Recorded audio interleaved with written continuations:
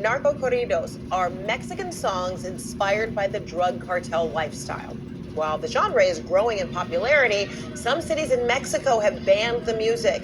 Now, in an unprecedented move, the U.S. State Department has revoked the visas for a group who sang about the leader or a leader of the Jalisco cartel, which is one of 6 Mexican drug cartels the Trump administration has declared a foreign terrorist organization. CNN's Gustavus Valdez is here with more on all of this. Very fascinating. What did you discover? Well, corridos have been around for centuries, since the Mexican Revolution. The first mention of criminal activity in the lyrics of these songs dates back to the 1920s, when prohibition was in the United States. So the stories were about Mexican alcohol and drug runners across the border. So it's no surprise that over time the style has evolved to what we have today.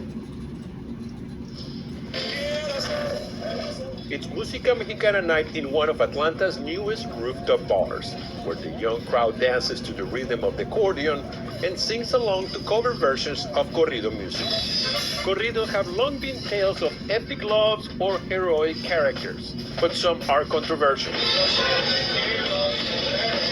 because they talk about the narco lifestyle. They're called narco-corridos. Outlaws have always been popular. Elijah Wald is a musician and author. His biography of Bob Dylan was made into an award-winning movie.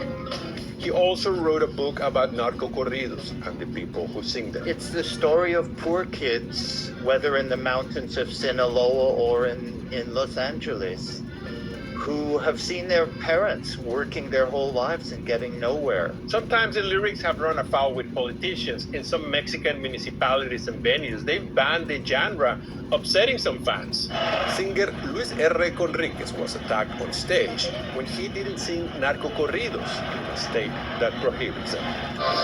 And the U.S. State Department revoked the visas of the members of the group Los Alegres del Barranco after featuring photos of the leader of a cartel during a performance of their hit song El del Palenque.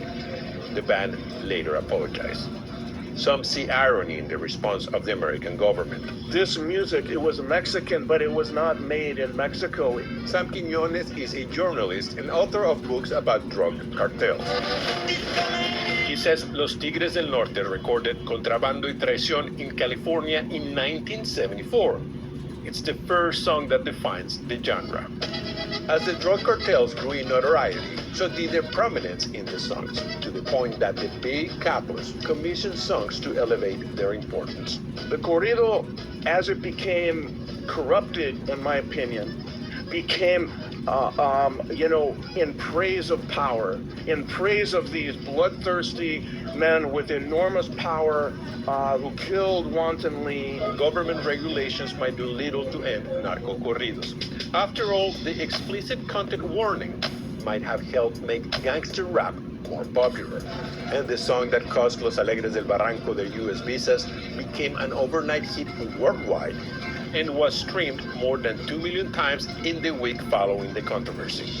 But the threat of losing a visa to work in the U.S. could have a bigger effect because it would represent an important loss of income for the artist. Elijah Wald says that targeting narco-corridos might be hypocritical. I don't think I've ever seen an interview with Martin Scorsese where people ask him whether it doesn't bother him that his movies make gangsters seem like exciting characters and might tempt young people to want to be gangsters. And yet that question is always asked around narco-corrido singers. In the end, music is just an excuse to have a good time.